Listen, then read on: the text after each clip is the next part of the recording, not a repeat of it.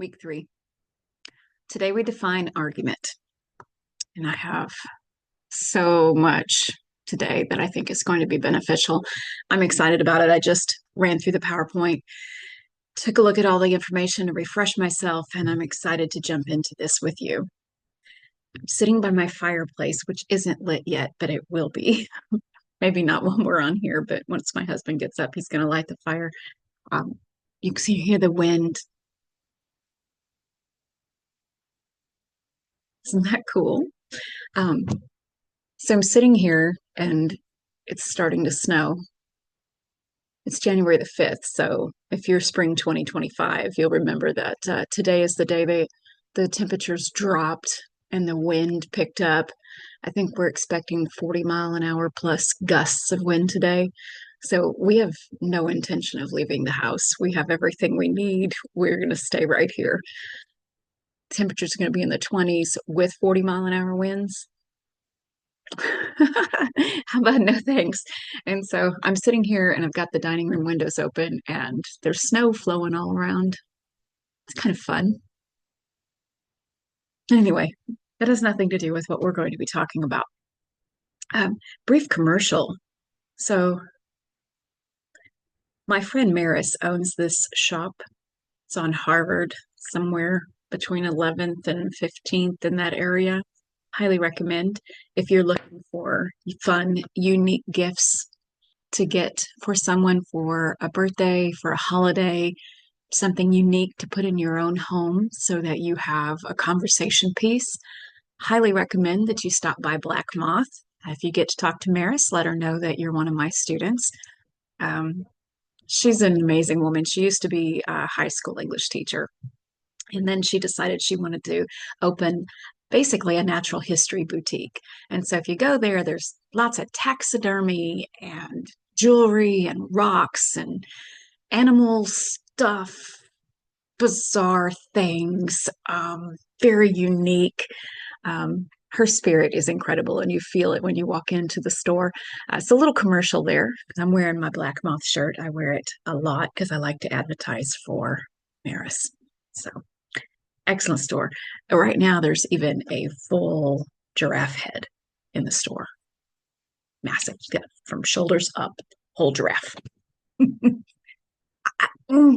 She's got a full peacock in there, full peacock, big, huge, beautiful, amazing. And she herself goes on these adventures where she goes rock hunting and snake hunting, and she's amazing. So anyway, if you see this butterfly or this moth keep popping up, that's what that is. So the only reason I did the commercial for Black Moth was because I realized that the moth is showing, and y'all might be like, "What are you wearing?" Well, it's cold and windy outside. I'm not leaving the house. And I like Black Moth. So, and it's a great sweatshirt. If you need a great sweatshirt, she did excellent on picking out the material for this sweatshirt. I love it. I wear it all the time. And sometimes we'll run into each other and we'll both be wearing it. I'll be like, oh. Anyway, moving on.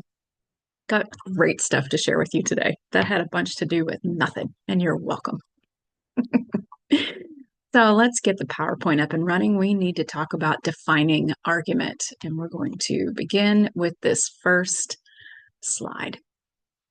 We have our words, not we, words have no power to impress the mind without the exquisite horror of their reality. Edgar Allan Poe. Think he has a thing or two to say about words, right? He knows about how to put words together, knew about how to put words together to elicit a response from readers, from an audience. So I think that's a quote we know we can listen to.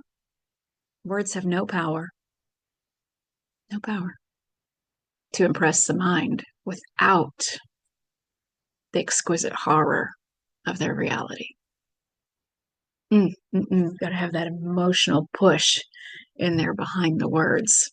That is what makes them impressionable. Love it.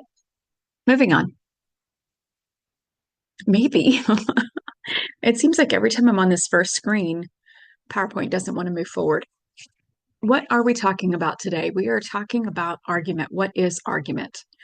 And oh, I love this dog situation here. During an argument, females be like, I'm not yelling. That cracks me up. And let me just say, I know that's not the ladies, just the ladies. That's a little bit everybody. Um, in my previous life situation, it was frequently, um, I'm not angry. You sound angry. I'm just frustrated. Okay, because there's a difference. Mm. Anyway, we need to talk about today what is argument? A textbook answer. Let's begin there. This is from Arguing About Literature. This is the former textbook. This is the textbook that a lot of our adjunct professors use for the course. When I was adjunct, this was the textbook that I had here at TCC. And I got to the point where I realized that I knew the information well enough. I could pick and pull what I feel is most important and throw it into the PowerPoints, and we can move forward from there without you having to spend $85 on a book that I know you're really not going to crack that much, except maybe to look at the short stories contained within. Am I right? And all of those short stories that I was using from that textbook were all available online in PDF form. So I thought, mm, let's save you a couple of bucks. So, but here is the information from Arguing About Literature regarding argument. This book is about arguing in a positive sense, in a calm, courteous process where you identify a subject of current or possible debate, analyze why you view the subject the way that you do, address others who may not share your view, and try to persuade them that your view is worth accepting or at least makes sense. All right, so that's our definition that we're going to be working with in this class. When we're talking about argument, we're not talking about fighting. We're talking about a debate, a back and forth exchange of information done in a calm and courteous process. Okay, that's our definition. Just a moment. Let me pause this. Something's going on in my house. Just a moment. Okay. All is well. My son came home from work early. Apparently, the wind is really bad out there. And at Sonic, they decided they probably weren't going to have very many customers today. So, all right. So back to it. Argument.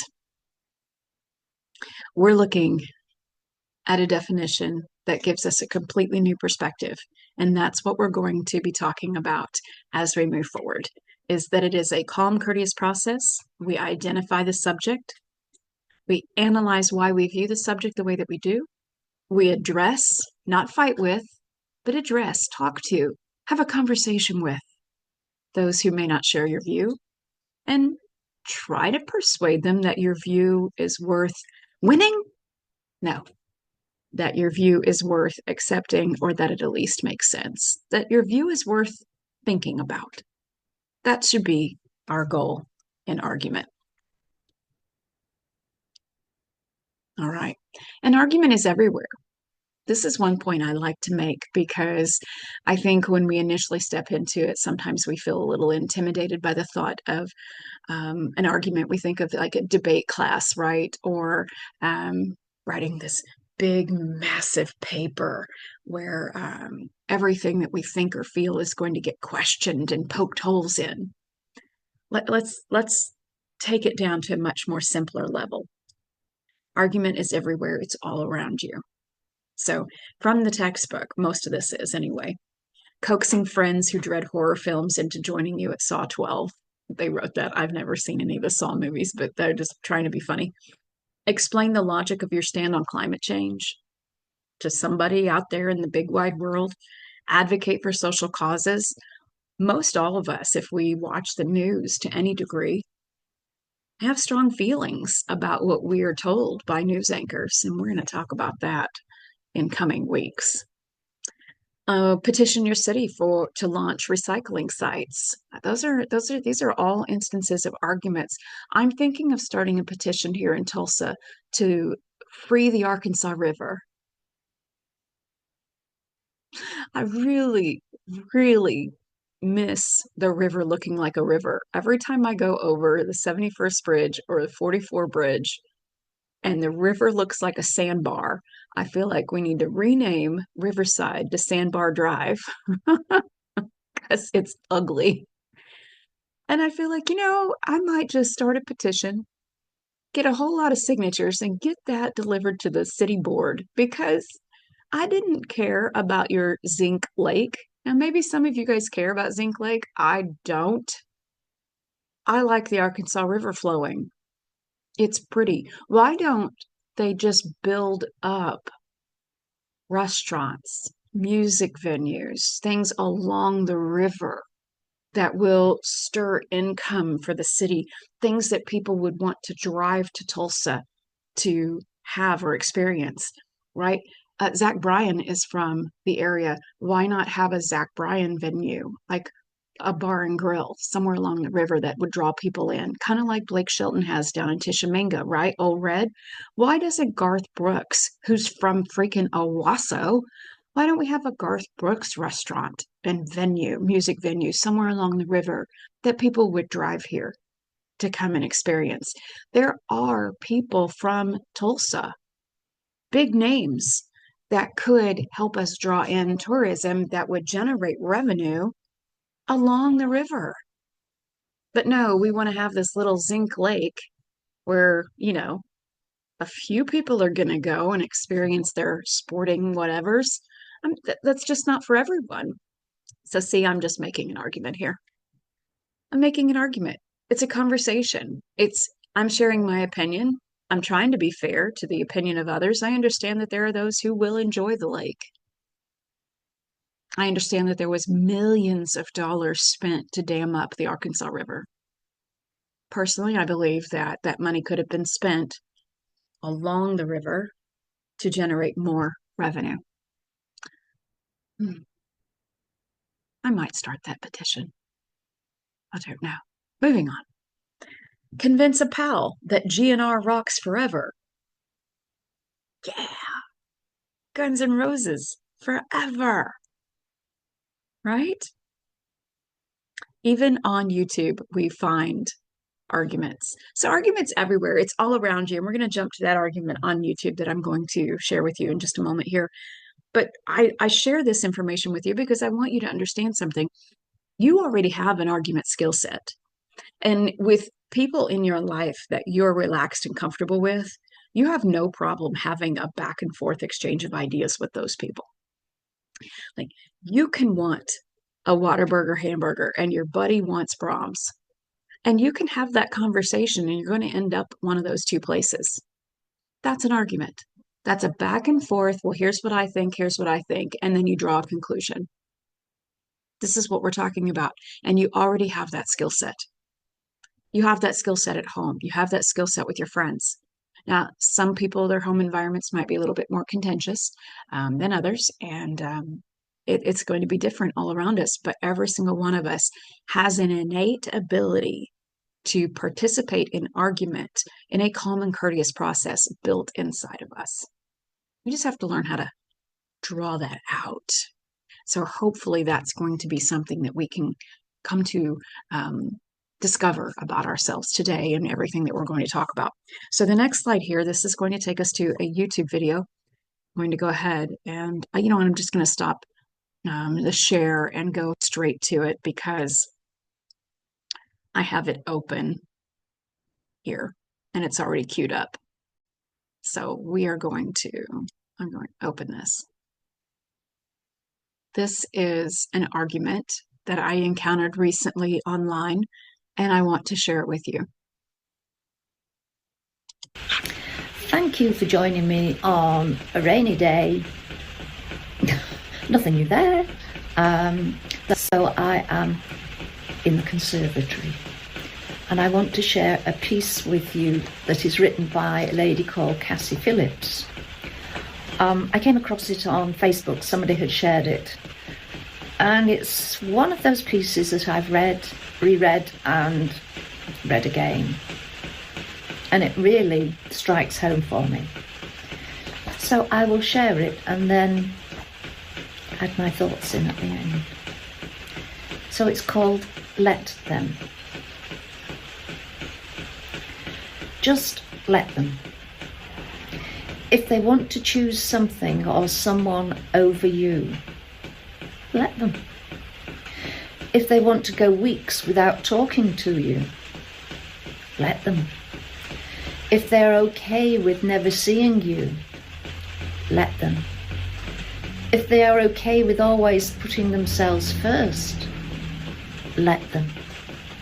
If they are showing you who they are and not what you perceived them to be, let them.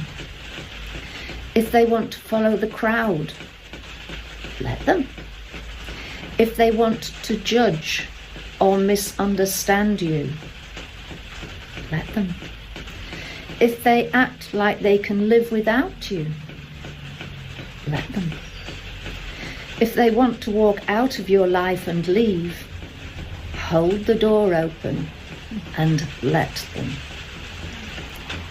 Let them lose you. You were never theirs because you were always your own. So let them. Let them show you who they truly are, not tell you. Let them prove how worthy they are of your time. Let them make the necessary steps to be a part of your life. Let them earn your forgiveness. Let them call you to talk about ordinary things. Let them take you out on a Thursday. Let them talk about anything and everything, just because it's you they are talking to. Let them have a safe place in you. Let them see the heart in you that didn't harden. Let them love you.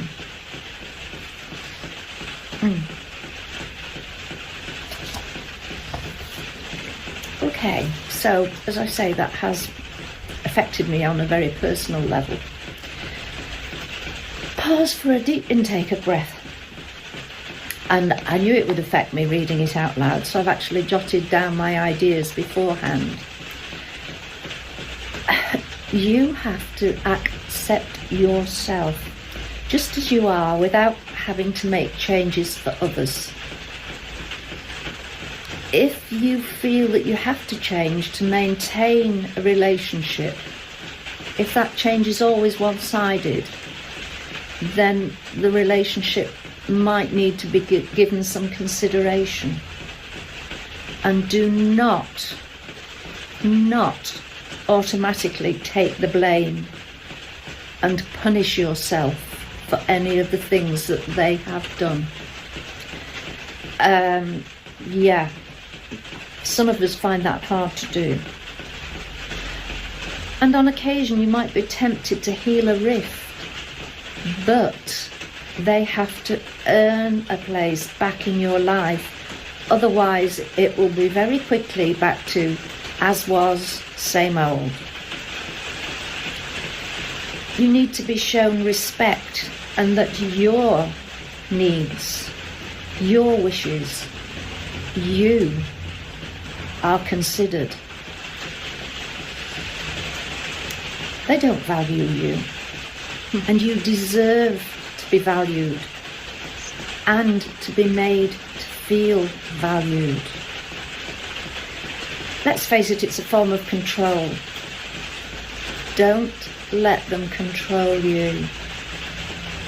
You are the only one who has control of you. Unless you give that control away. Never forget that. You belong to nobody but yourself. So establish those boundaries. Establishing them is one thing. Keeping them is another. Have a big conversation with yourself about where those boundaries need to be. And if there would be any opportunity that you might feel you would allow those boundaries to fall. But put yourself, your considerations top of the pile. That's not selfish. It really isn't, though many people think it is. It's self-caring, self-nurturing. And boy, if those others aren't doing it, you must. You really must. On that note, I will say thank you very much for joining me, and take care. Take care of you, no matter what the world, no matter what other people, be they, in inverted commas, friends or family, work colleagues, whatever, think of you. Thank you for joining me. Bye for now. Bye. Oh, Wix. all right. Very good. Oh, love that. I'm going to go ahead and close that so that it does not pop open on us again and keep rolling. I came across that video recently and I was like, I have to share this. Not only is it a very strong argument, very calm argument, but it's a strong argument, and she makes an excellent case. So I wanted to share that with you. But this idea that argument is all around us, it is everywhere. We need to get that down in our spirit. So the argument that was presented there is let them. What do you think of that? Now, if we were in the classroom together, we would have an actual conversation here about this, and we'd get to dig into what your thoughts are regarding let them. Is this, in your opinion, is it a strong argument? I mean, for me, yes, it means a lot to me. I am older, and there are people in my life where this deeply affects me. And I'm learning to let certain things and people go. I'm learning to stop trying to control situations, but to let them. And you find out who wants to be in your life when you practice this theory. So I think, as a matter of fact, I'm going to make myself a note. I think I'm going to look up Cassie Phillips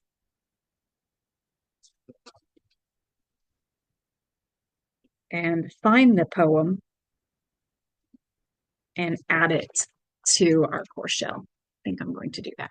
So for those of you who would like to have that, you will have it. Let's move forward. All right. So continuing with discussion on argument from the Arguing About Literature textbook, argument is an alternative to war, they say. To argue is to disagree, to air views that not all may hold. It is not a contest that you're trying to win by insisting that you're right. Ideally, it is a form of inquiry, a process by which you test your beliefs. Test your beliefs.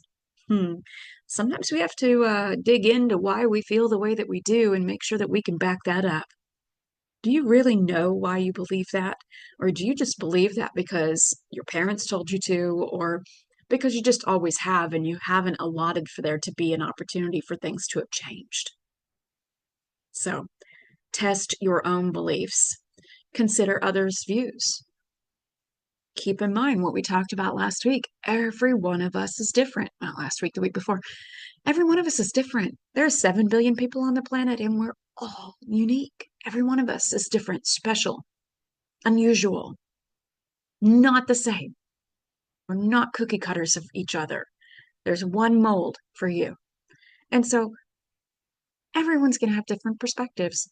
Are you willing to consider other people's views and stay open to changing your mind? Now, that doesn't mean that you can't have some firm, resolute ideas, but stay open to the possibility that things do change.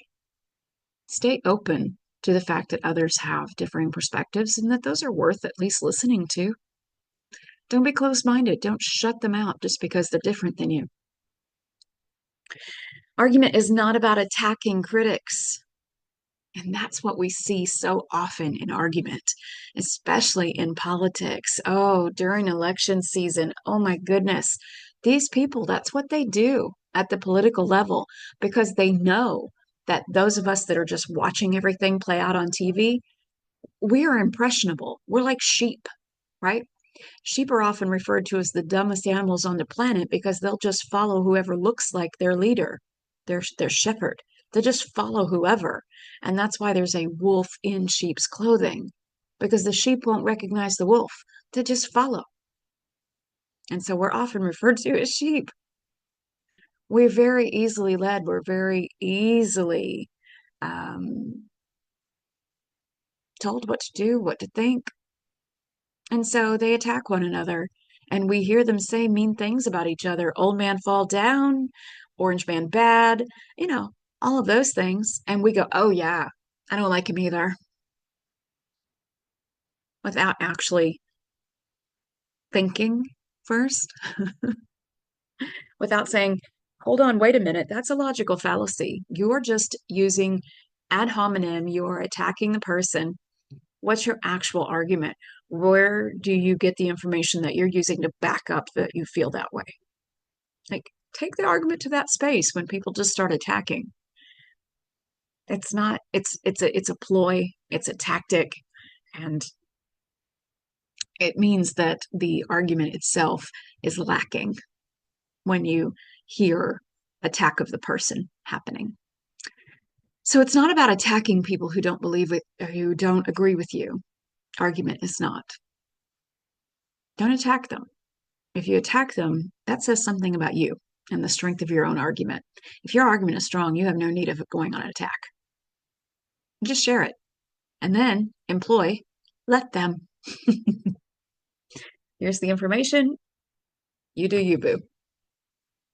So argument is about noting similarities. And I love this picture. We all have similarities. Starts here.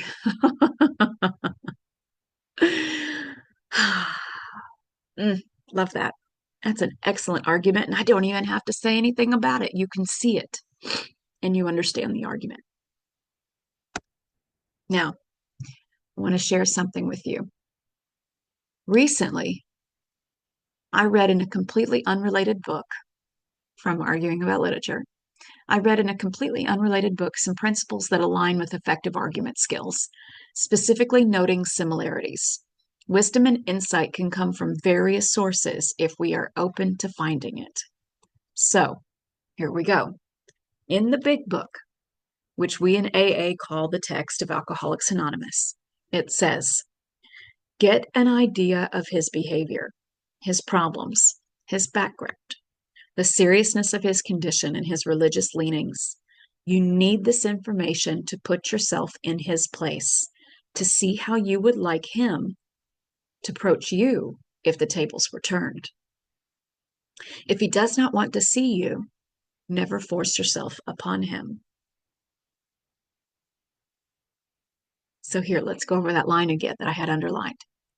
Get an idea of his behavior, his problems, his background, the seriousness of his condition, and his religious leanings. You need this information to put yourself in his place. So number one, know your audience. If you want to present an effective argument, number one, know your audience. Get to know about him or her. Get some information, ask some questions, do some research. 2, be able to put yourself in his or her shoes. Be able to get this information, put yourself into that individual's shoes, and feel things from their perspective, see things from their perspective. And how would you want this individual to treat you? That's another question to ask. So we have to do some investigating prior to stepping into argument, prior to an encounter, prior to writing an essay, prior to writing a research paper, prior to writing an article for a newspaper, prior to argument. Who is it that you are going to communicate with? And that if he does not want to see you, never force yourself upon him. My husband always says, never by force. That is a Patrickism in this house, never by force. And he has taught that to me. And I do live my life according to that principle now. Never by force. If someone has to be forced to do something, they're not going to do it because they want to. And whatever it is not going to make a strong impression on them. You have to let them come to it on their own. Maybe they will, maybe they won't. Sounds like the let them theory again, doesn't it?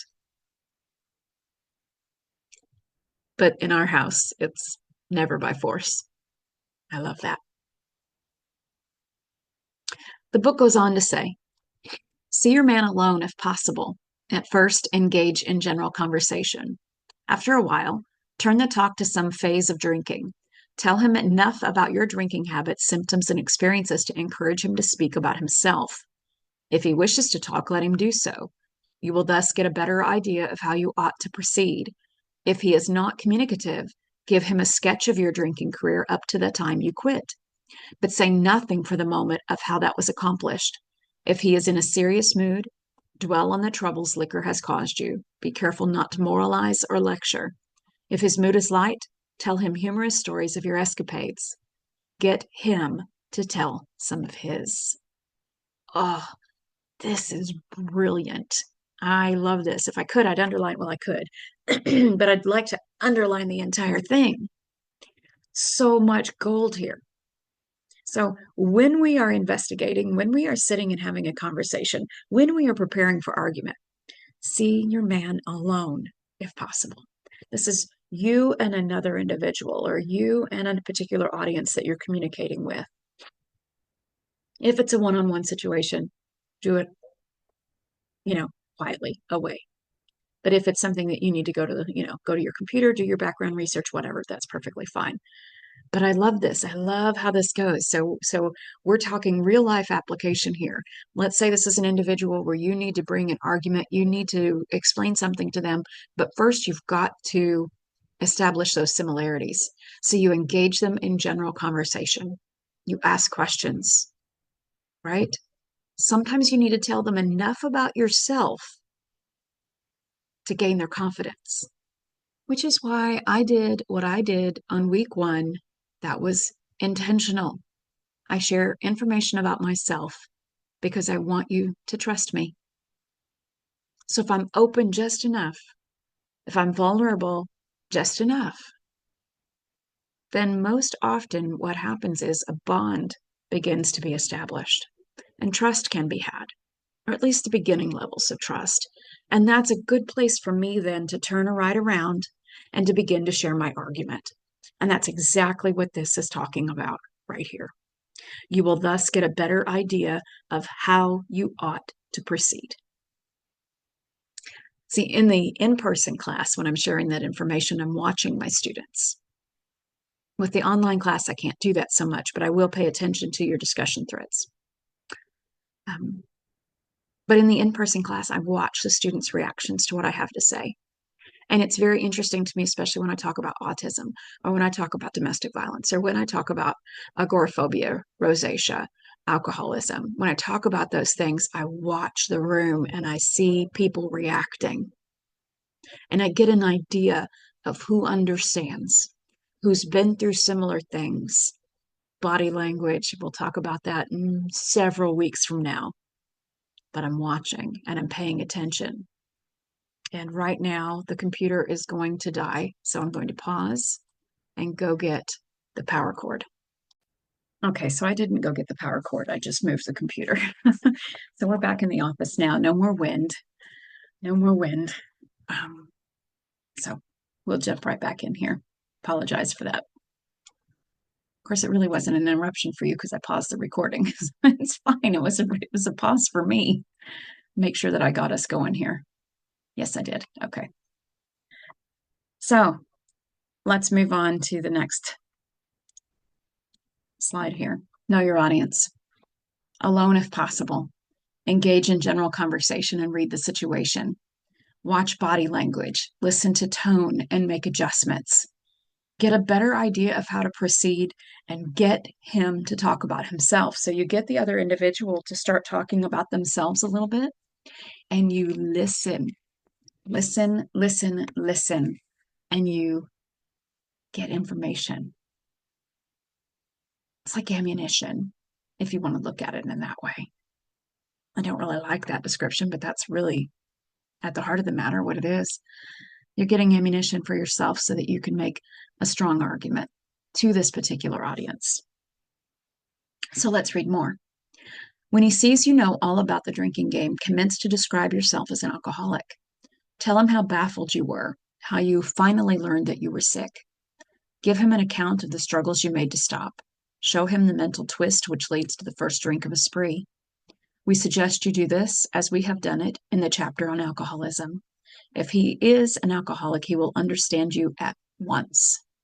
He will match your mental inconsistencies with some of his own. Show him from your own experience how the mental conditions surrounding that first drink prevents normal functioning of the willpower. Don't, at this stage, refer to this book unless he has seen it and wishes to discuss it. And be careful not to brand him as an alcoholic. Let him draw his own conclusions. When dealing with such a person, you had better use everyday language to describe spiritual principles. There is no use arousing any prejudice he may have against certain theological terms and conceptions about which he may already be confused. Don't raise such issues no matter what your own convictions are. Let's break that down. Those 2 pages of quotes. Working with your audience. Some advice. When he sees that you know all about XYZ, he will understand you. He will trust you. This is why it's important to share information about yourself or about what you know. You want your audience to trust you. He will match your mental inconsistencies with some of his own. I love that. That's those similarities, the common ground. And some of you, because of what I did on the first week of class, you understand that you and I have common ground. And you know that I'm someone that you can talk to about autism, about survival, about addiction. Those are things that have been part of my life. And I can talk with you about those. You know we have common ground. It's important to establish that. Be careful not to label people. Oh, you're one of those. Oh, you think this, or oh, you think that. Well, don't stereotype people. Let him draw his own conclusion. There's that let them again.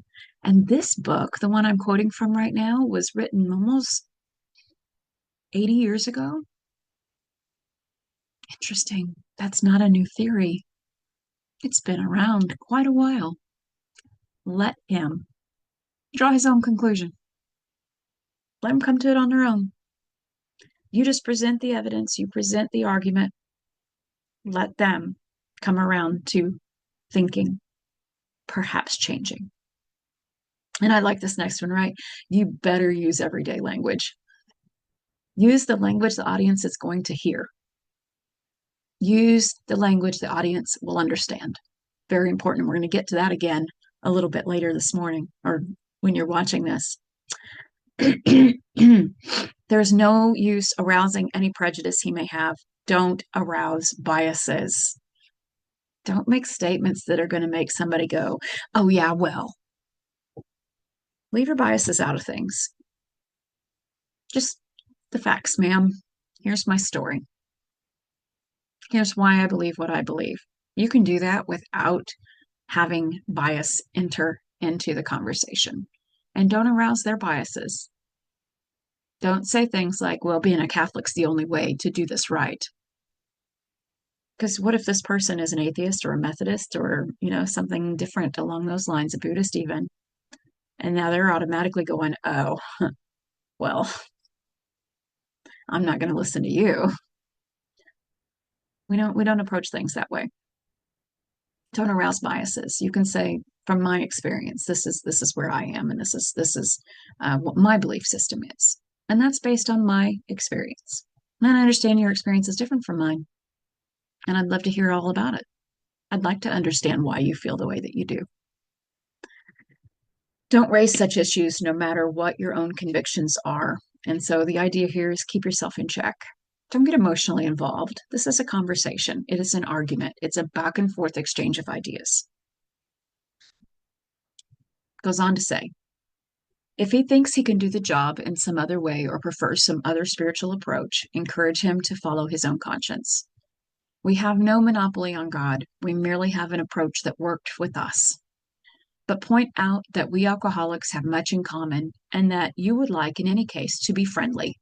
Let it go at that. So the points here, encourage him to follow his own conscience. Believe what you will.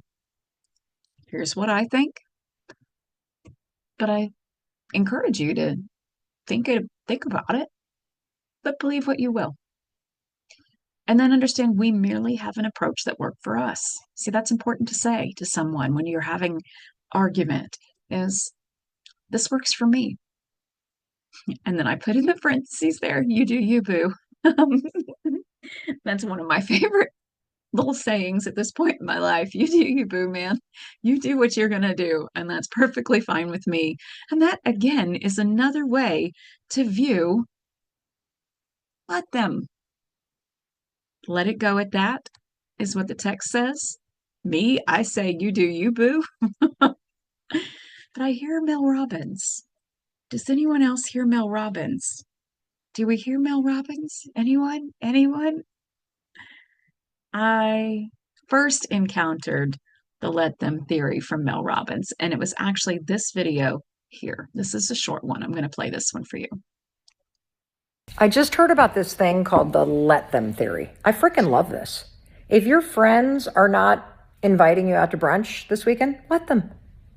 If the person that you're really attracted to is not interested in a commitment, let them. If your kids do not want to get up and go to that thing with you this week, let them. So much time and energy is wasted on forcing other people to match our expectations. And the truth is, if somebody, especially somebody you're dating or who's a friend or somebody you're trying to partner with in business, if they are not showing up how you need them to show up, do not try to force them to change. Let them be themselves because they are revealing who they are to you. Just let them. And then you get to choose what you do next. That's right. Thanks, I just Mel. heard about... Oh, we don't want to listen to it again. Now, over here on the right, this is from her podcast. And so it's much longer. I forget how long it is. It is. I would love to know, who is Hold on Clary just a Sage? second. What do you do? We don't Clary care. Sage College is for helping people reach their... No, that's not what I meant it to do. I wanted to skip. All right. I just want to show this to you. I shared something in an Instagram post less than a week ago. There are over 14 million views of this thing, which always tells me when something goes that viral that it strikes a nerve. And that's what we're going to talk about in today's episode, the let them theory. My mom and dad don't want to come to Thanksgiving. Let them. Okay. So much time I'm and gonna pause it energy there. is... But this is in the PowerPoint for you, or you can literally go on YouTube and type in the one trick you need to master to live a peaceful and fulfilled life, or you can just type in the let them theory, Mel Robbins, and you will come to this. You can even just go on YouTube and type in let them theory, because I'm sure there are many other people who have jumped on this wagon of this idea. I think it's a great idea. It's one that is worth considering.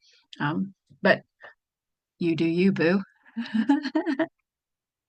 So I'm going to move son or forward daughter from that. doesn't want to go to medical... No, we're moving forward from them.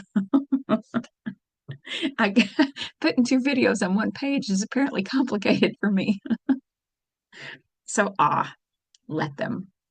Never by force. And you choose what you do next. That reminds me of another Patrickism. We have several of those in our home and in our life together. So it is do the next right thing. That is an AA principle as well, but it's one that we frequently say around this house. Do the next right thing. All right. Never by force, and do the next right thing. Well, what is the next right thing? Sometimes we have to pause and really think about that. But do the next right thing. Those are excellent guiding principles. And I'm making an argument here.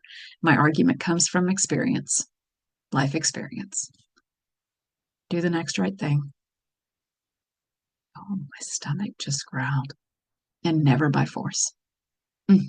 Let them.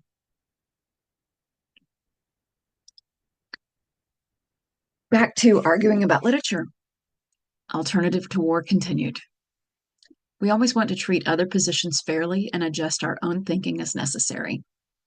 Recognize the limits of your knowledge and understanding. This is important. You don't know everything.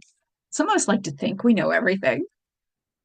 And some of us think other people think they know everything. Let them. Let them. You don't have to continue to try to argue with someone who's obviously shut down to hearing your perspective. I mean, you can. I mean, if you're enjoying it, I mean, go for it, I suppose. But in a conversation, when you recognize that this other person is closed to hearing anything that you have to say, let them go on with your life. Do something different. If you know what you believe and why you believe it, you don't have to win that argument. Let them go. Recognize the limits of your knowledge and understanding. Sometimes we need to learn more to come back to that argument. Admit your inner conflicts, how your thoughts are divided, your values conflict, your feelings are mixed. We need to be honest. Sometimes we come across like I have a very strong stance on this issue, but at the core of the matter, maybe you waver a little bit. Maybe you actually have some conflicting feelings or thoughts. It's always better to be honest about that. Let other people know. Well, what my research has shown me thus far is this, but I realize there's more out there to know. What this does is it establishes ethos, it establishes credibility. Be willing to admit that you have conflicting feelings from time to time on different subjects. The real argument, when we step into argument, should be within yourself. Who am I? Why do I feel the way that I do? Do I know myself well? We kind of talked about that in week 1. And letting your life be your argument, which is kind of a theme for this class, has to do with getting to know yourself. What does your life say about you? What is your argument? We really have to focus there. Who are you? And why are you? Right? What do you bring to the table? Good stuff.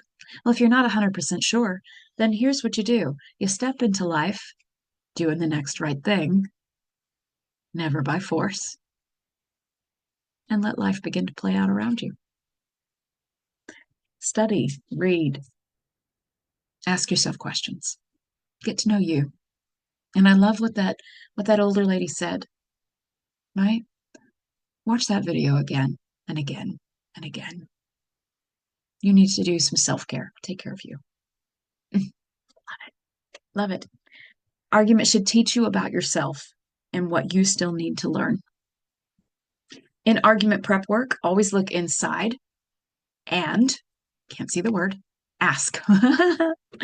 In argument prep work, always look inside and ask, what do I truly believe? How do I know that? Am I biased? How do I know that? And can I be fair? These are important questions to ask when we are in preparation for argument, written or spoken. In class and in life, expect disagreements. This information is still from the Arguing About Literature textbook. Disagreements are crucial to learning. Argument is crucial to learning. We must be challenged in order to grow. We must listen and critically think, and we must accept that argument is everywhere. Sometimes, well, I grew up not being great at conflict. And so because I wasn't great at conflict, I didn't have conflict skills, I just chose not to ever participate in it. Ever, never. Mm-mm. I would just, yes, uh-huh, mm-hmm, mm-hmm, and agree with everyone and anything. I didn't grow. I didn't learn. I wasn't challenged. It's only been, oh, in the last 10 years or so that I've learned to have a voice. I've been teaching for 15 years. There's this thing called fake it till you make it.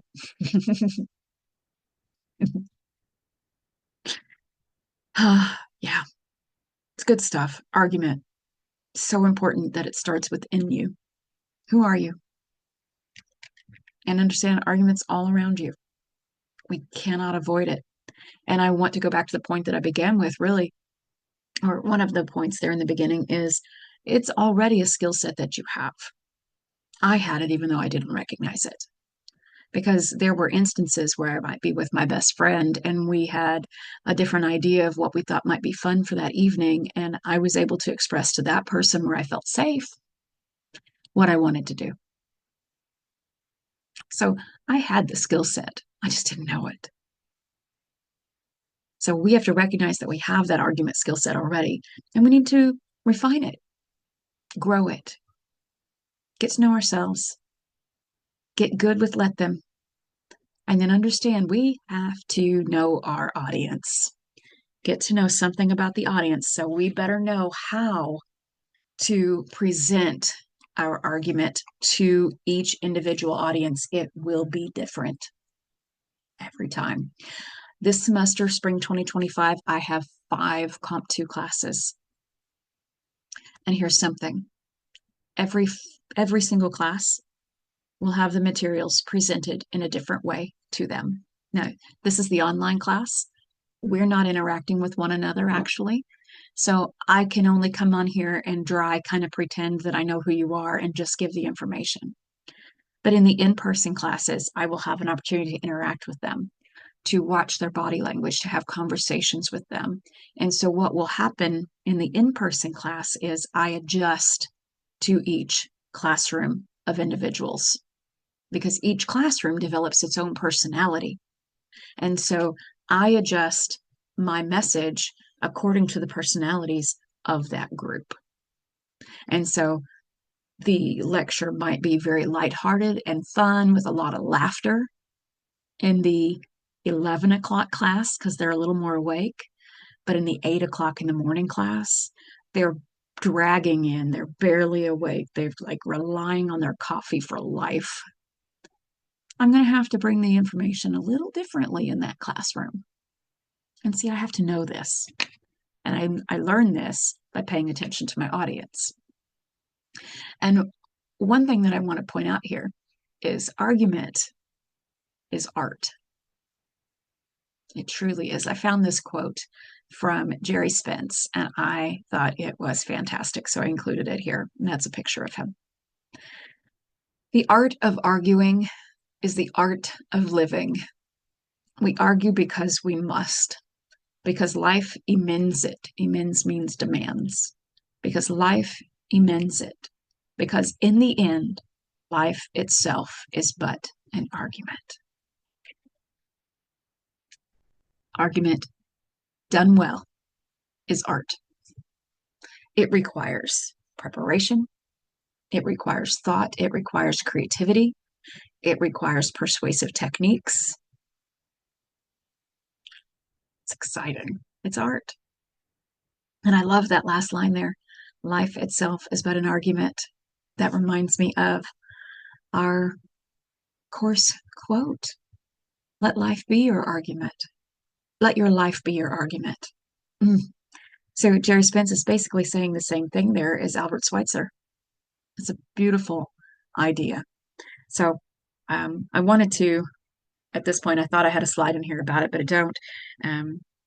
Anytime that we encounter a quote or I give a quote to you, I want you to know why you should listen to it. So I could just say, well, Jerry Spence said this, and you're going to be like, who's Jerry Spence? I don't care, right? Well, Jerry Spence is a high-powered attorney who's written multiple books on argument. You can read all about him online, but he is a high-powered attorney who has made his living writing books about argument skill. Look him up for yourself. Find out about Jerry Spence. Is it How to Make an Argument and Win Every Time? Something like that is the title of one of the books. Anyway, very knowledgeable individual, very wise, knows a lot about argument and its intent and purpose. And this is one of his quotes where he lets us know that argument is art and your life is an argument. Back to the textbook. Craft argument with rhetoric. Well, what is rhetoric? Well, first, let's look at this little picture. I love this. I love this cartoon. Don't worry too much about math, science, or history. Just make sure to get good marks in rhetoric. That's real funny. The king telling his son, you don't need to know about math or science, son. Just make sure you can be good at manipulating people. I mean, persuasion techniques. That's like a politician raising a child to be a politician. Don't worry too much about math or science. You just get really good at nonverbal skills. You'll be fine. All they got to do is get the crowd riled up. So they'll go out and vote for them. That's their skill set. Woo! So rhetoric. What is rhetoric? According to the Greek, it is writing, speech, and visual images used for a certain purpose to affect how people think and act, to aim to shape beliefs and conduct. So we are going to use writing, speech, and visual images to affect how people think and act. That is the definition of rhetoric. How do we affect? How do we persuade? How do we manipulate how people think and act? How do we shape their beliefs and conduct? The rhetorical devices. Ethos, pathos, and logos. Majorly important when it comes to building effective argument. Ethos, ethics, credibility. You must establish your credibility. It is essential. Pathos, inspiring an emotional response, getting your audience to feel. Definitely want your audience to feel something. What do you want them to feel? Do you want them to feel angry and inspired? Do you want them to be motivated to get out and go break down a wall? Or do you want them to feel warm and cozy? Do you want them to feel like they trust? How do you want them to feel? You better figure out how to use your words to create that picture that's going to cause that emotion. Logos, logic. Arguing based on reason and facts. Getting your audience to think. So, ethos, getting your audience to trust you. Pathos, getting your audience to feel. And logos, getting your audience to think. Each one of these is absolutely essential to effective argument. Get them to trust you. We do this by taking time to get to know our audience and letting them get to know you. Getting your audience to feel. Using the senses for your writing, for your speech. Making things visual, making things emotional, drawing them in, telling stories is a great way to increase pathos. I tell a lot of stories and I will continue to tell a lot of stories in our course together. And the reason for that is I get you pulled in, I hook you, and then I come at you with the logos. I want you to think. That's my whole goal, is I want you to think. Think beyond and outside of what you already knew or what you were already comfortable with. So I have to gain your trust, cause you to feel, and then cause you to think. The rhetorical devices, absolutely essential to argument. The textbook goes on to talk about this whole section in the book about how argument is an art. Like argument is literally all around us. It's everywhere. Argument is an art. I think this picture here does not even need the words. Your words have power. Use them wisely. It doesn't even need that on there. That's like someone overtelling. We don't need that to understand it. It's a heartbreaking picture. Can't stay on it. Sorry. This one's emotional too. This is a Burning Man, which is I don't know, a festival? Would it be called a festival? I was going to say a conference. I don't think conference is the right word, where every year thousands of people come together in the desert and they have, I don't even know exactly what goes on there. I know a guy that goes to it every year, but people meet in the desert, they camp, they live without electricity, they have to bring their own water and food, and they're there for several days, and they celebrate art, they celebrate life, and this is one of the statues that was there at one point in time. What is it saying? You can see how large this is. If you really look at the picture, you can see the person on the bicycle directly behind it and the people in the background. So many people in the background. Thousands of people go to this every year. What does it say? Well, to me, it says the child inside of us always wants to play. Doesn't see others as different, sees others as playmates. The child in us wants to connect. I was a 2-year-old teacher. While I was working on my master's degree, I was also working full time as well as helping run a business. So lots going on. Had 6 children, lots going on in my life at that time. But working with 2-year-olds was a very unique and eye-opening experience for me. 2-year-olds don't care what you look like. They care if you want to play. Do you want to do this with me? That's what they care about.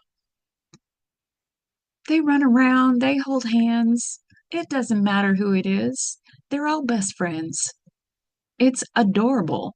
I learned a lot from just working with 2-year-olds. Highly recommend it. Watch them, observe them. Let it be a sociological experiment for you. Watch their behavior when they're together. They don't care who each other is. They just want to play. And if you like to play the same things, cool. Let's do that. And everybody's welcome. We could learn a lot from children. Here's another piece of art. Again, I don't think it needs the words to explain it. But they're there. If the words you spoke appeared on your skin, would you still be beautiful?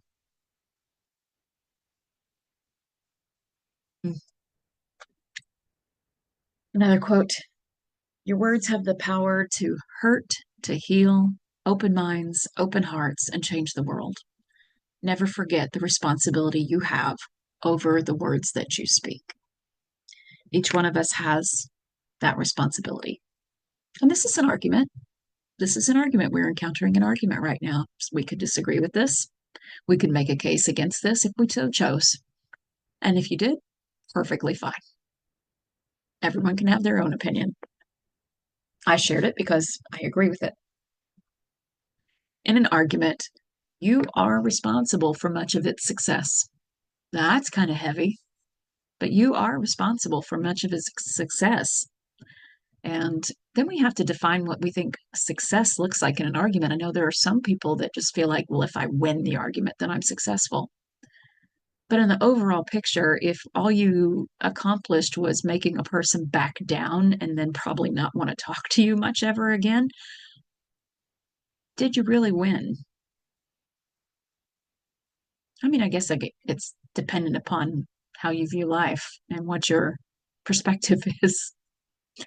But for those of us who are truly interested in being successful in argument, we have to understand that much of the responsibility for its success, which could just look like the other person or persons being willing to consider your idea. In a true definition of argument, that is success. To get the audience to go, I'll think about that. That's success. So, and that's an argument. I just made that argument. The textbook backs that argument up. But That's the perspective that we're looking from right now with this information. So you are the one who is responsible to make sure you know the topic, that you are well versed in it, that you take time to get to know your audience. That is your responsibility. It's also your responsibility to get to know yourself and your own part in this argument. And the presentation is your responsibility. Presentation, presentation, presentation. Very important. And it is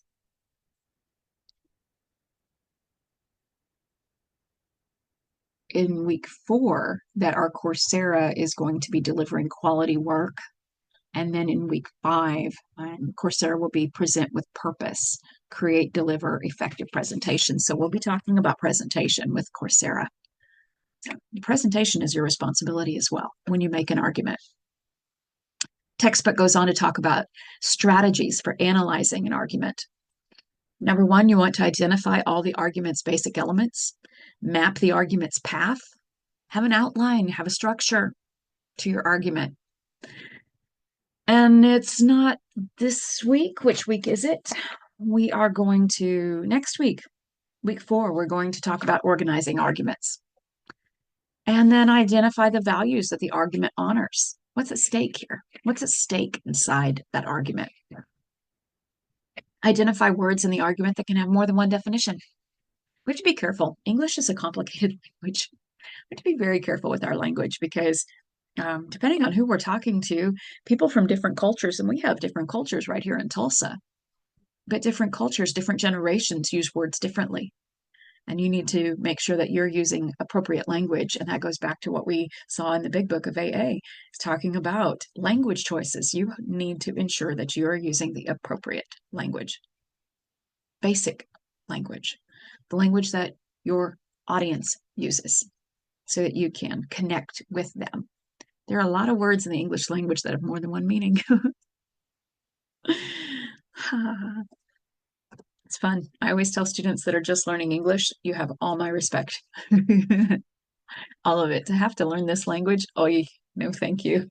I'm grateful to have grown up with it because I wouldn't want to have to learn it after having another language or 2 or 5 in my head. English changes constantly changing. It's hard to keep up with. I mean, like, that picture I showed in week 1 where I was trying to say yeet on fleek to be cool to my kids. They didn't find it so cool. Apparently I didn't use them well or I didn't pronounce them right. It was embarrassing. I don't care. Here's an insight for those of you that are young. Here's an insight into embarrassing children. Your parents enjoy it. So if you continue to act embarrassed, we're going to continue to do it because it's fun. It's funny. If all of a sudden you stop being embarrassed by us, we're going to stop doing those things because it's not fun anymore. That's a little insight. That's an argument I'm making for parents.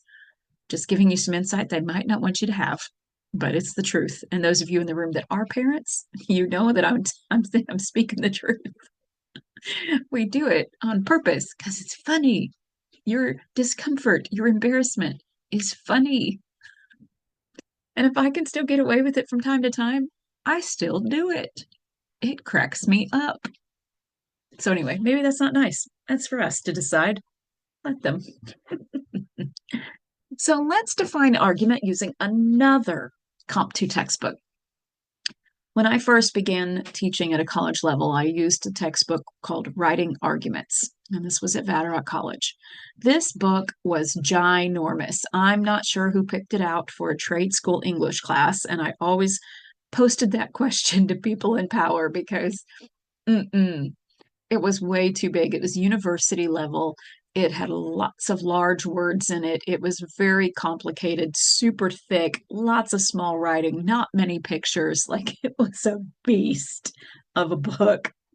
And I had 10 weeks, 4.5 hours a week to talk to these fellas about argument. So what I knew I had to do was I had to read that book. I had to use the information in that book and then put it in a way in everyday language so that my students could access it. And I did that. And Yeah, it was a good time. But what I have here for you that we're going to go through is a part of what was their final exam. It's not going to be an exam for you, but it was their parts of their final exam. But from the information that I chose to use from that book and then present to them in the classroom environment, they had to take notes. And then part of their final exam was all fill in the blank. If they had taken notes, awesome, good for them. If they had not taken notes, oh, well, sucks to be you. Hope you have friends. Anyway, so what I'm going to be going through now is from another English textbook. It's called Writing Arguments. So we're going to just pop each one of these up here, and I will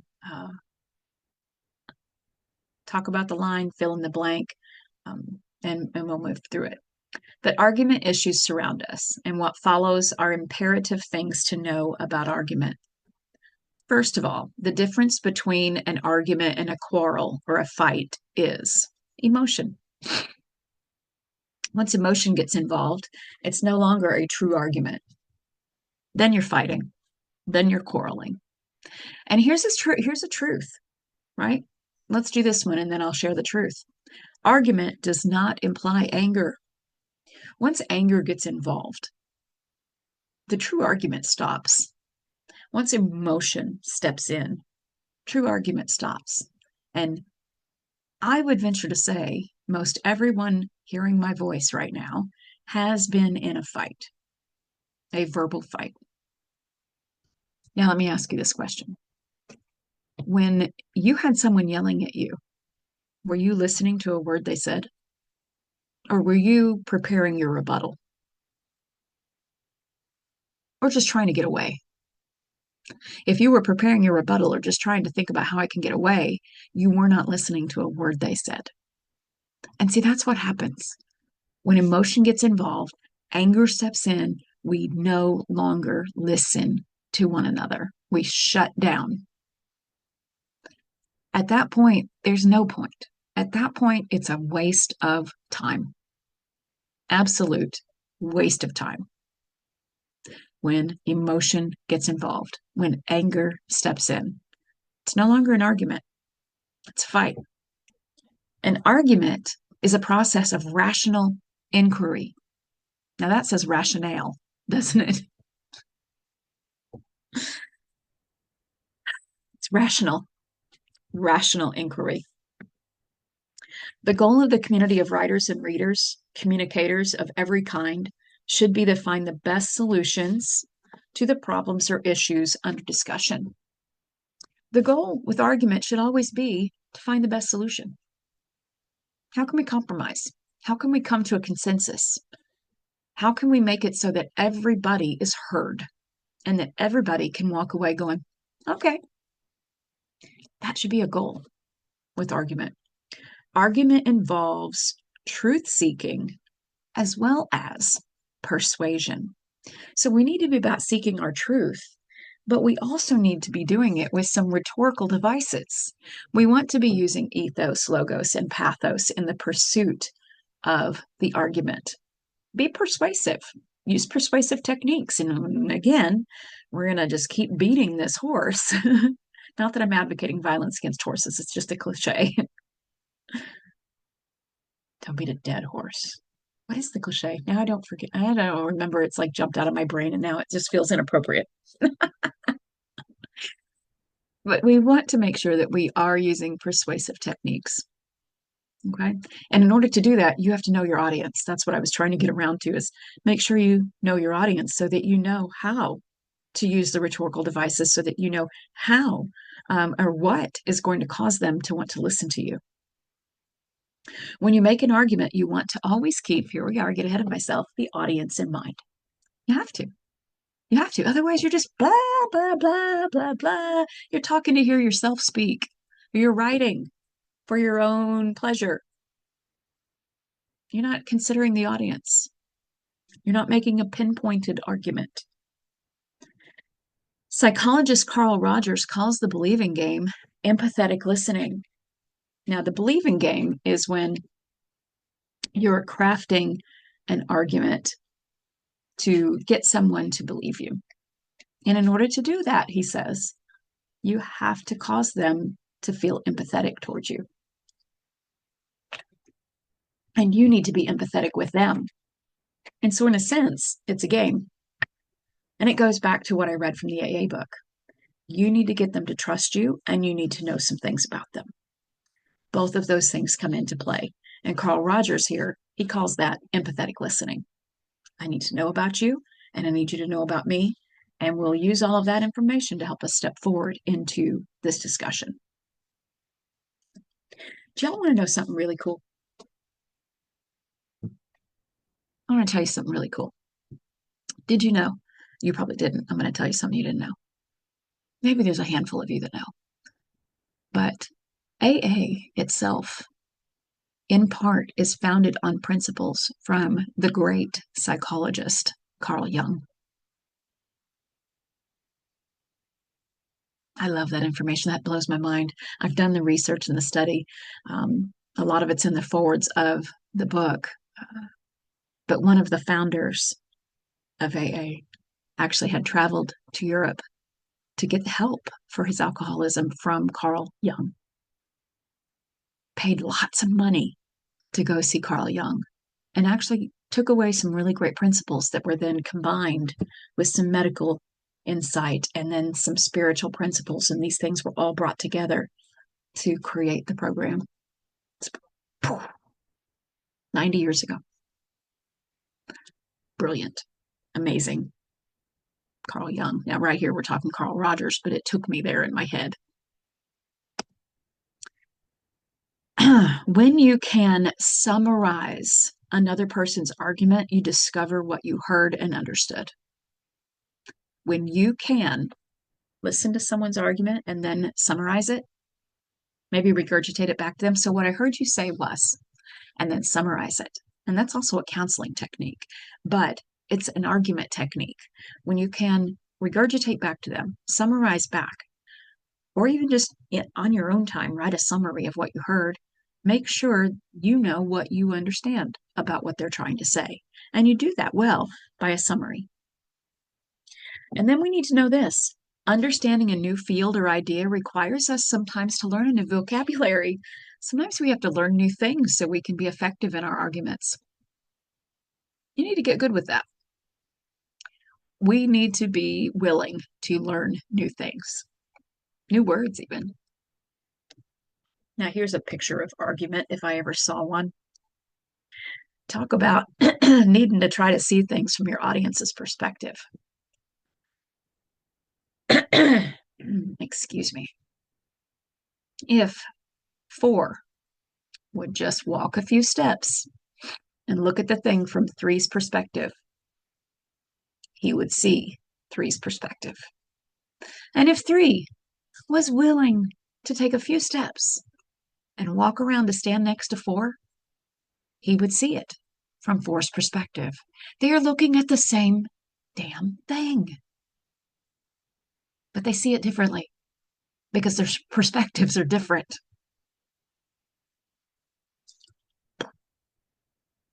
The same is true in life. Now, or we can stand around doing this. This is a lot like siblings. Is not, is not, is not. Oh, children. That's just contradiction. That's just argument. Not our kind of argument, not what I'm talking about. I misspoke there. That's fighting. We don't want that. That's a waste of time. This is one of my favorites from the Writing Arguments textbook. I think it's funny because here is a textbook that's about argument, getting to know your audience, right? And using appropriate language, blah, blah, blah. But here they write, whenever you ask whether a given piece of writing is persuasive, the immediate rejoinder should always be, at first, let's just stop there. The immediate rejoinder. Who in here immediately understood what that meant? How many of you went, what's a rejoinder? Some of you might have even got your phone out already and you're like typing it in to look up what that word means. Or some of you just don't care. But here's the thing. How funny is that? That in an argument textbook where they're telling you to know your audience and speak to your audience, they're going to go and use a word like rejoinder, which is not everyday language. I remind you that this is a textbook for university level, and most of the language in that book was law geared. So it's more an English textbook for a law student. So the word rejoinder makes sense in that context. What doesn't make sense is why that textbook was chosen to be the text for a trade school. I will never understand that. And it's perfectly fine. So what I had to do was change that word or explain that word in the classroom. Most often I left it here so I could make that point about vocabulary. Sometimes we use words that our audience doesn't know and we need to give them definition. So I'm going to give you the definition now. The word rejoinder just simply means response. And why it couldn't just be written response, I don't know. But it means response. So let's read it with response there instead of rejoinder. Whenever you ask whether a given piece of writing is persuasive, the immediate response should always be, persuasive to whom? Is this argument persuasive? Well, who are you trying to persuade? That's the question.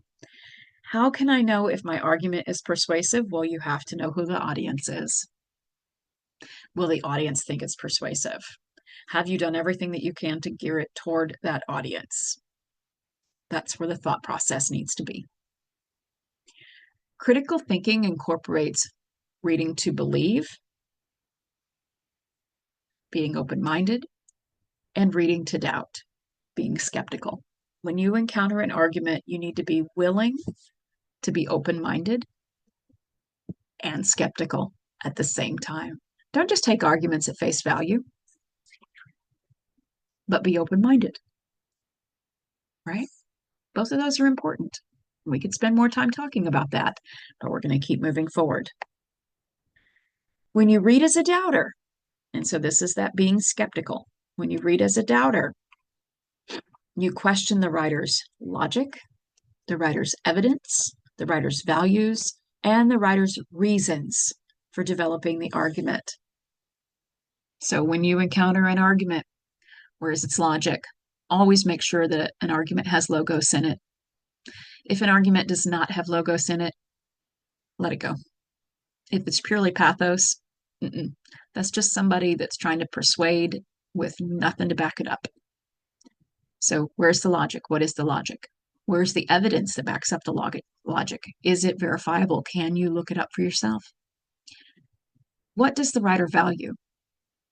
What does the speaker value? Look for that inside of the argument as well. And the reasons why. Why did they build this argument? So where's the logic? Where's the evidence? What is the evidence? What are the values put into this argument? And what are the reasons? Why did this person write this in the first place? Why are they making this argument? There's always a why. Can you find the why?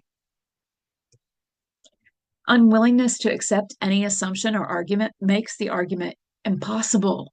If you are unwilling to accept something that a person is saying to you, or they're unwilling to listen to you, argument in its true form is impossible. Chances are strong emotion's going to come in and you guys are really fighting. When you recognize it's reaching an impossibility spot, walk away.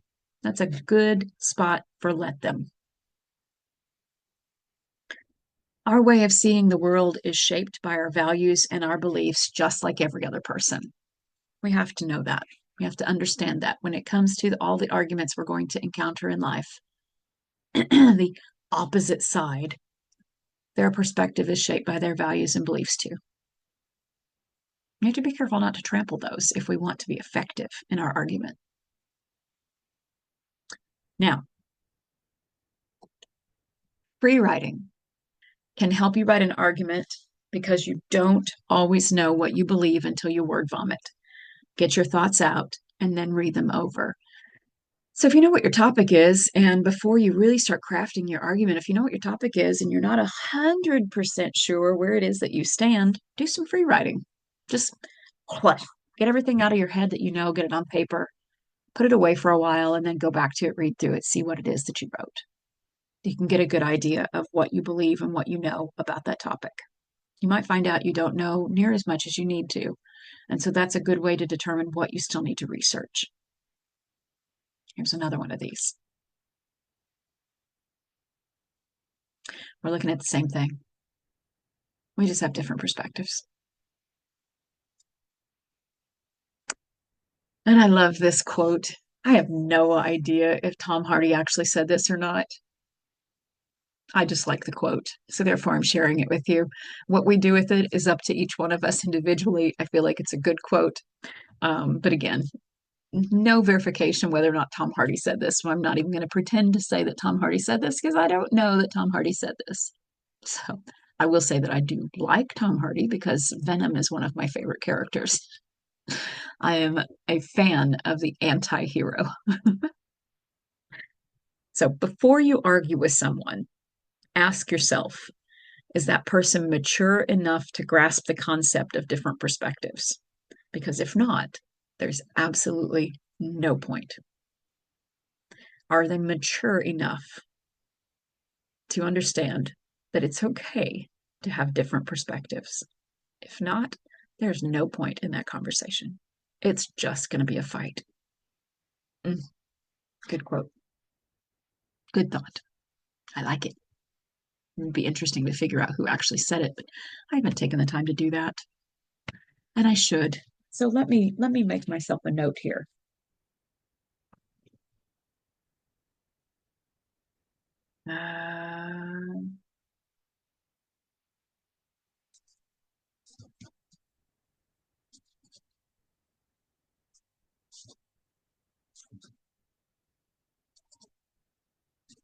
This is, oh, it doesn't tell me what slide this is.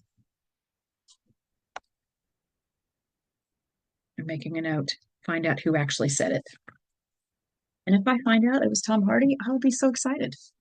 But I'm going to look that up. All right, moving forward. Okay, actually, let's say it one more time. So, are they mature enough? Okay, that's what I wanted to take into this next one. Is a person mature enough to handle the fact that there are different perspectives? It's also going to indicate to you a level of emotional intelligence in that other individual. And emotional intelligence is something that will come up from time to time in this class. Having high emotional intelligence is important for strong job skills. And again, I remind you that we saw data that employers say that 86% of the time it is our emotional intelligence, our soft skills, our communication skills that are the most important to them. Is it 85%? 85%. Only 15% is a technical skill. So 85% is, can you work well with others? Do you have strong emotional intelligence? Well, I found this chart and I thought it was amazing. I want to share it with you. What's the difference between someone with low emotional intelligence and someone with high emotional intelligence? And again, as we do the Coursera course and as we talk about all of these different career-related things throughout our class together, and as we dig deeper into argument, what it is and what it isn't, this is going to come up. In order to be effective at argument, we need to be working towards being more in this right column than in the left column. The left column is going to lead us into impossible argument, which becomes fights. The right column is going to lead us into effective, strong communication skills. So here we have low emotional intelligence. What is indicative of low emotional intelligence? Well, individuals who are aggressive, demanding, egotistical, bossy, confrontational, easily distracted, glib, selfish, poor listeners, and impulsive. Resistant to change, passive, unresponsive, slow, and stubborn. Critical, picky, fussy, hard to please, and perfectionistic. These characteristics of individuals are not ones that employers are necessarily looking for in good employees. Don't mean to necessarily step on any toes there. Now, I'll be honest, there are several here that I have a tendency to reflect. I am an extremely stubborn individual, but that's something I have to know about myself. That is an argument that I have with myself, and that's something in my own character I have to combat. That's something I have to work on. I can be aggressive depending on what the situation is. I can be easily distracted. I can be selfish. I can be impulsive. I can be resistant to change. Ooh, my husband would agree to that one. I can be hard to please. No, not really. I'm pretty easy to please, but I do tend to have some perfectionistic qualities sometimes.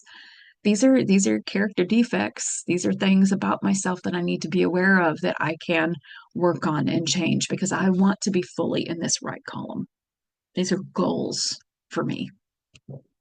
People with high emotional intelligence are assertive, ambitious, driven, strong-willed, decisive, warm, enthusiastic, sociable, charming, persuasive, patient, stable, predictable, consistent, good listeners, detailed, careful, meticulous, systematic, and neat. Those are characteristics to strive for, especially in the workplace. We're talking in the workplace when it comes to these types of characteristics. What in the workplace do we consider high emotional intelligence? So I wanted to share that with you because I find it very interesting. Now back to this. In argumentation, you set out to cause your reader to think. That's it. We want them to think. It's not about you winning. It's about them thinking. Choose data from sources that you think your reader will trust. Well, you can't do that if you don't take some time to get to know your reader or your audience. We want to choose data from sources that we think they will trust. An argument is more persuasive if the audience trusts the speaker. We have to establish those levels of trust. Be willing to be open, be willing to talk about yourself, be willing to tell stories so that you draw them in, hook your listener, show that you have insight, and listen. Be a great listener. Listen to them, regurgitate back to them what you've heard, show that you see them, that you're aware of how they feel.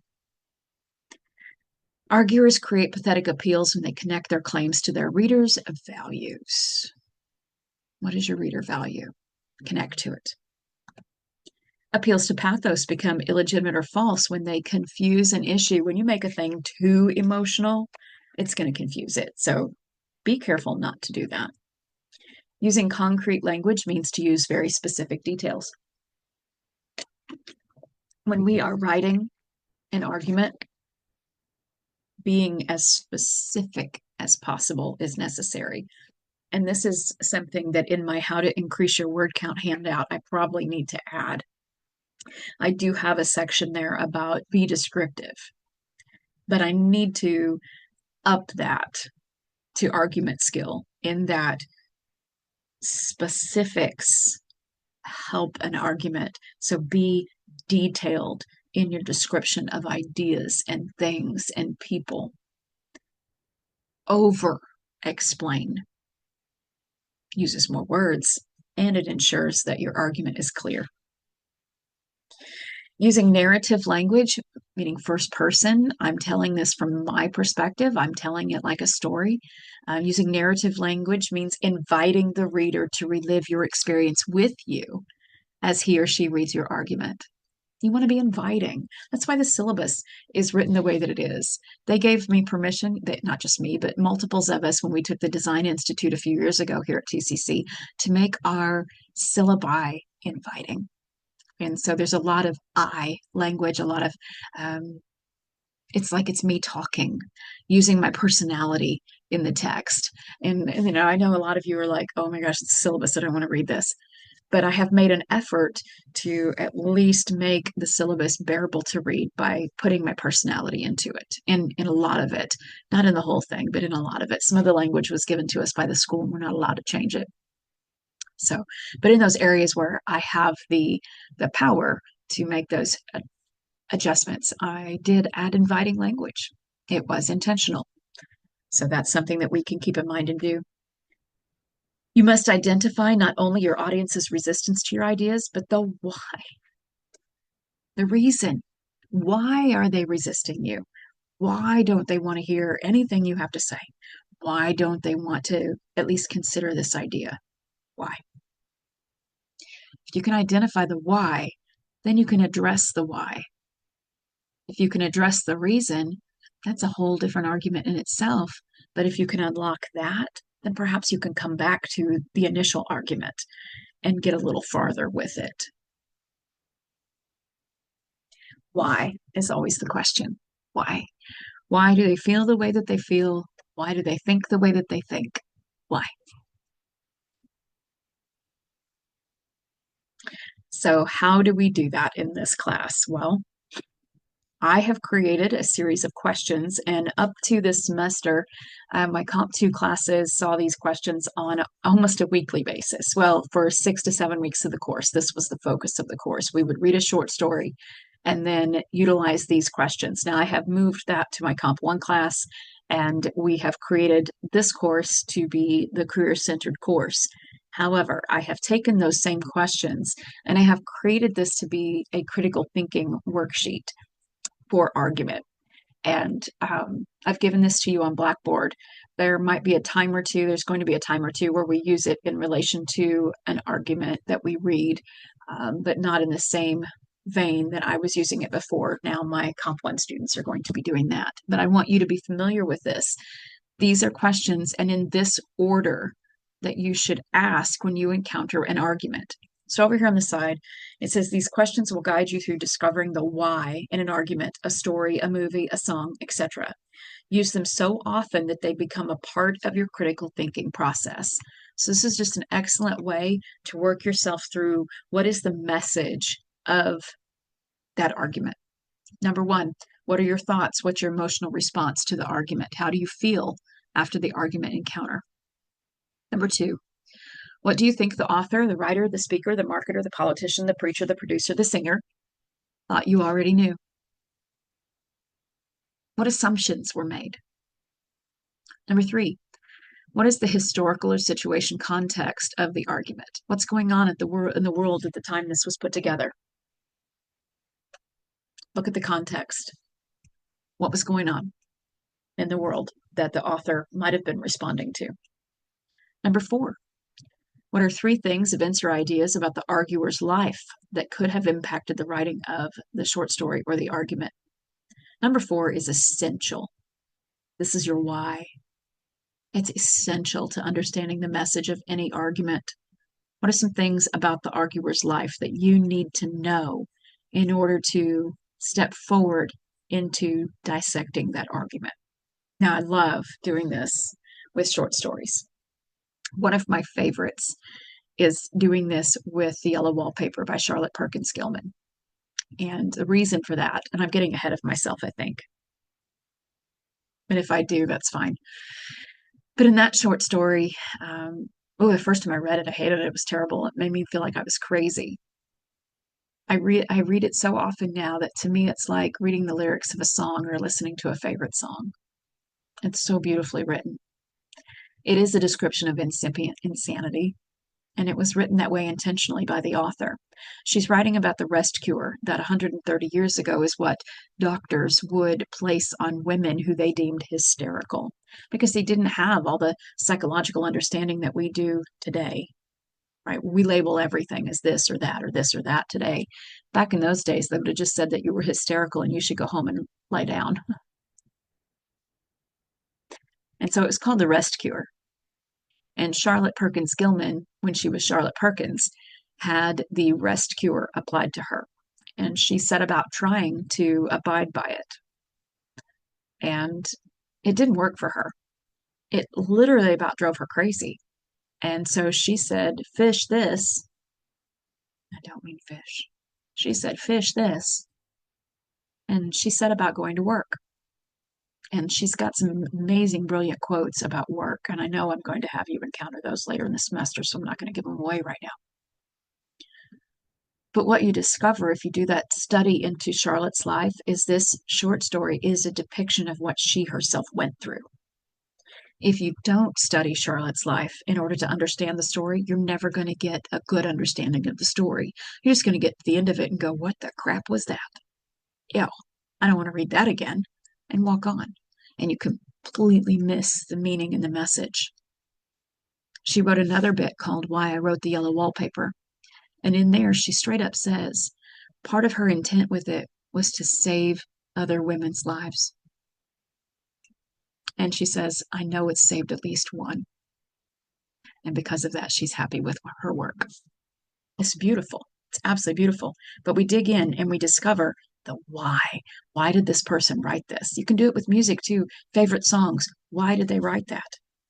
What's the message? What's the meaning behind it? There's a reason why it exists. I love 21 Pilots Stressed Out. Love that song. Love that song. You look at the lyrics. I have, at one point in time, it's not in my curriculum now, but I had a rhetorical analysis that I would share with my Comp 1 classes of Stressed Out by 21 Pilots. And in there, you find out that the guys that wrote the song are writing about their own feelings, their own ideas. They're adults now. They still would rather be children because there's responsibilities now they don't want to face, things they don't want to deal with. Can I just be a kid again? It's amazing what you can find out when you take some time and you look into why this, why that. Well, find that out. Then you're going to understand the message a lot more.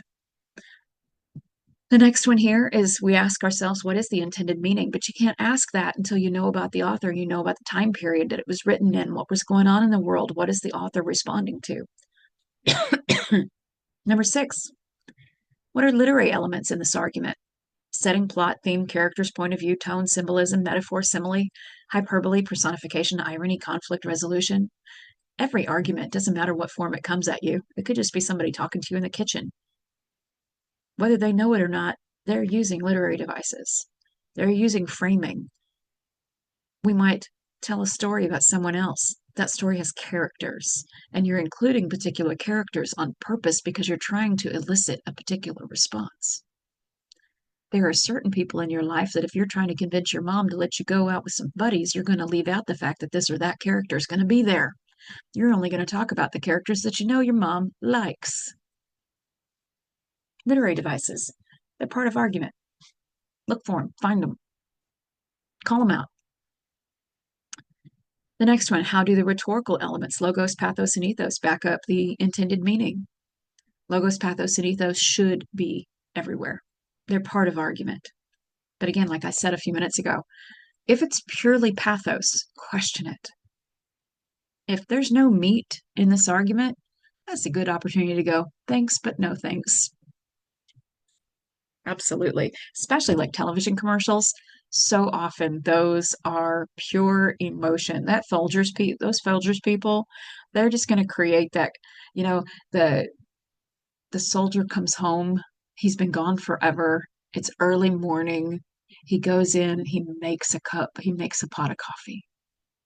And the mom smells the coffee from her bed. And she comes downstairs and there's her son. It's a pure pathos commercial. And their intent is for you to run right out and buy the coffee.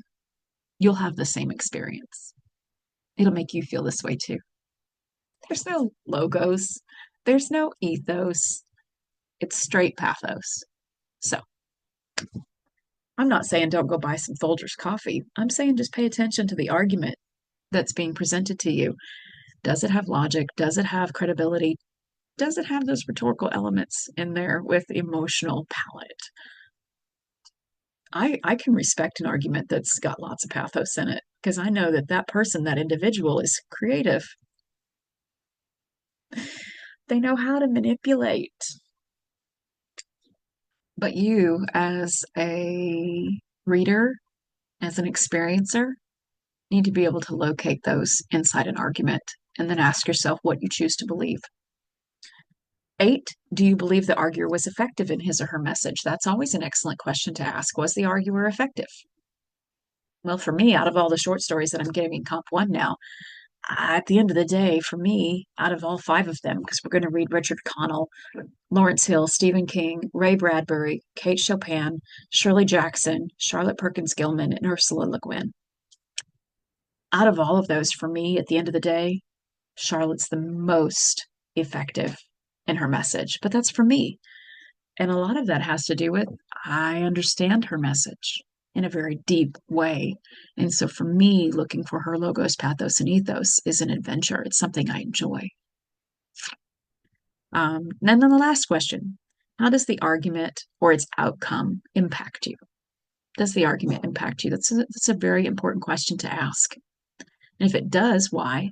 If it doesn't, why?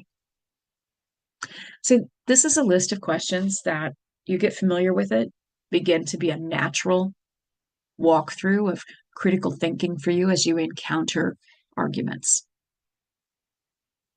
Back to some more of the information from the Writing Arguments textbook. Considering words, metaphors, and analogies, if you want to create positive feelings about a recent city council decision, you could call it bold and decisive. If you want to create negative feelings about it, you could call it haughty and autocratic. Those words just naturally have a negative feel to them, whereas bold and decisive can come across as positive. And so we have to think about the power of words. Our word choices matter.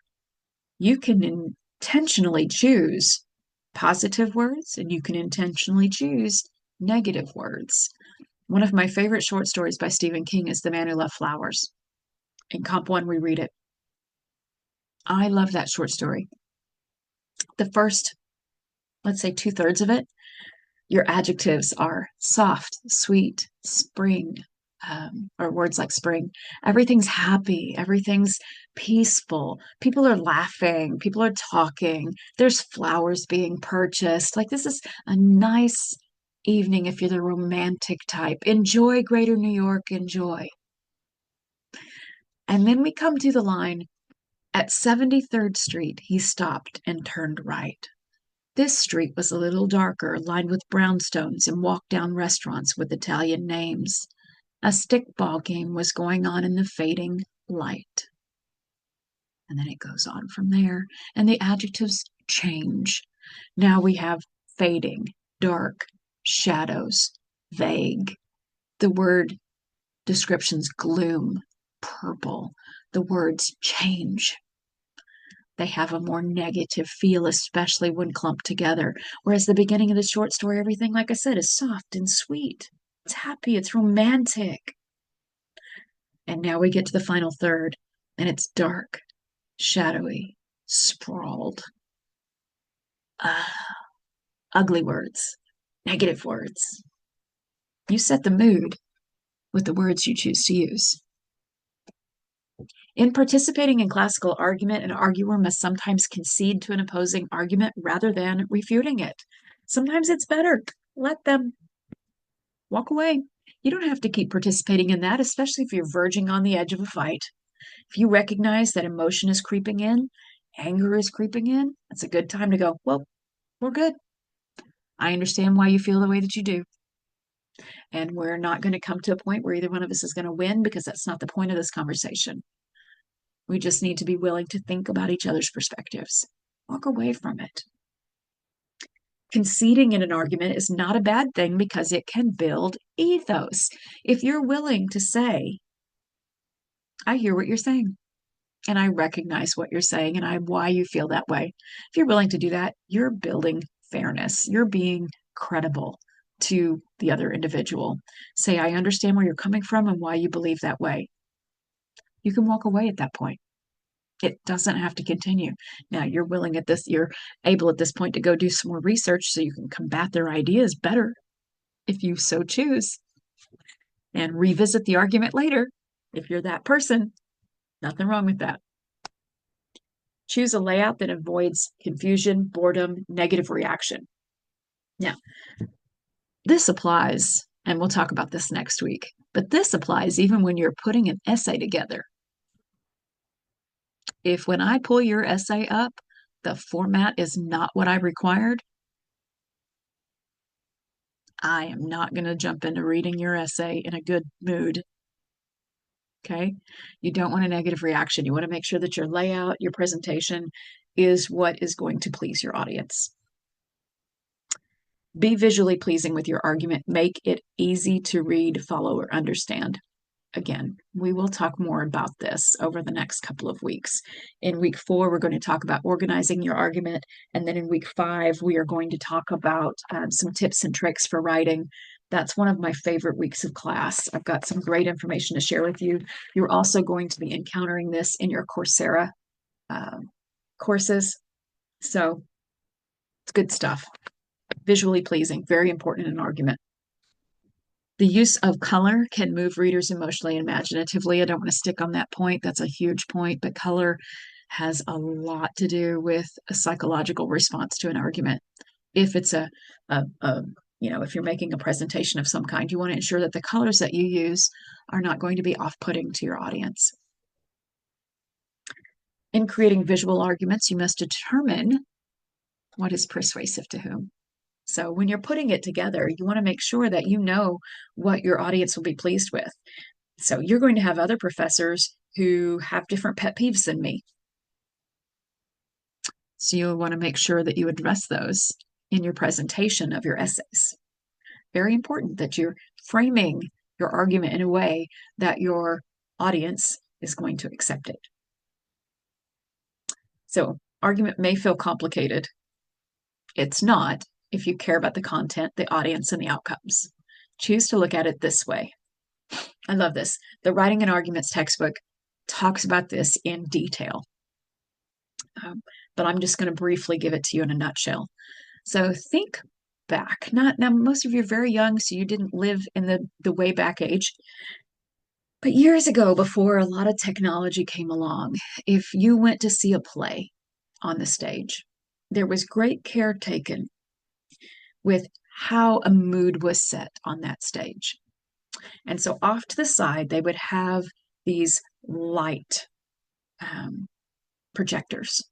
And the light projector would have a color wheel attached to it.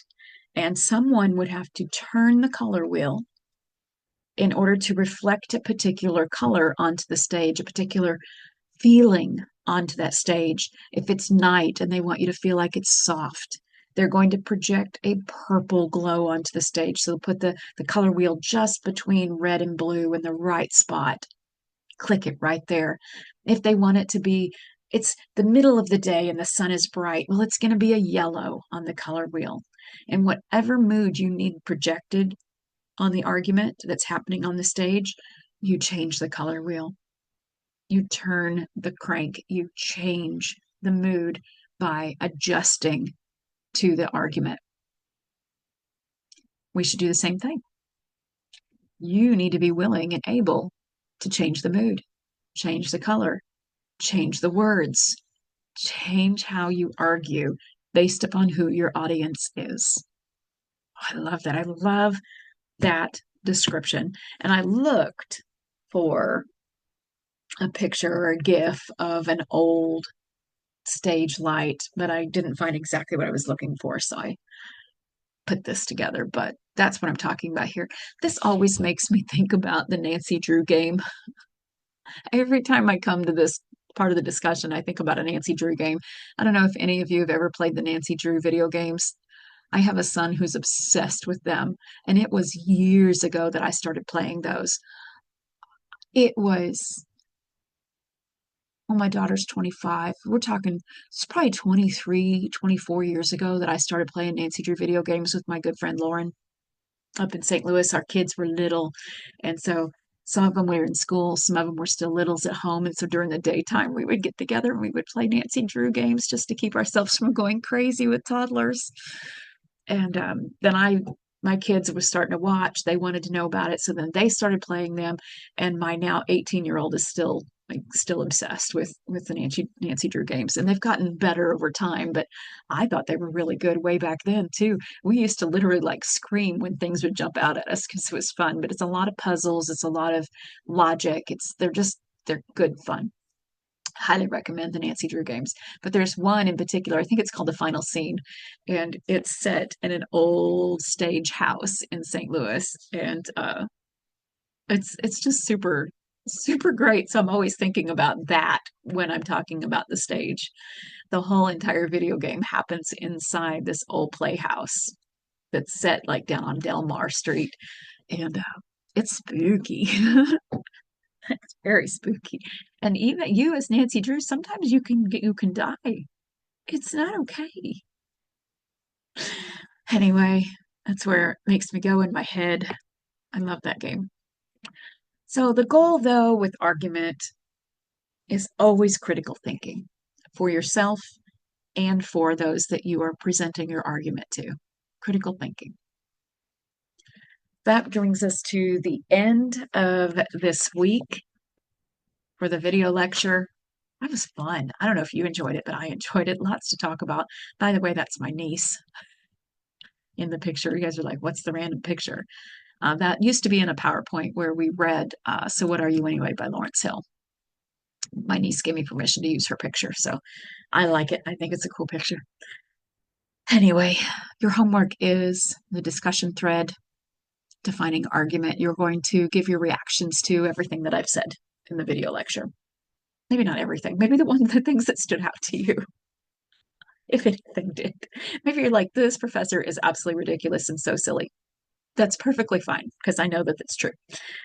You also have Collaborate Effectively for Professional Success on Coursera and your Coursera quiz for this week.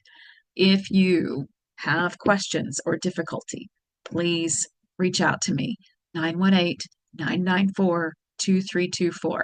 I will get you connected with someone who can help, right? We'll either reach out to Jennifer Campbell or to Blackboard support, or even student support. Oh my gosh, how could I forget? Student Support Center, that's what it is. Anyway, I am going to stop the share of the PowerPoint. I talked a lot today. That's okay. I enjoyed all of it. I hope you did too. I hope there were some things that really stood out to you that are going to be of benefit to you. There's a lot we need to consider when we go into argument. Mostly yourself. Who are you? Why are you making this argument? Do you have all the information you need? And are you willing to know about your audience? If you're not willing to know about your audience, then don't make the argument. There's no point. Know your audience. What is it that you need to know about them in order to bring your message to them in such a way that they'll think about it? Remember, the goal is not to win. The goal is to cause them to think, feel, and think. So with that being said, I'll see you next week.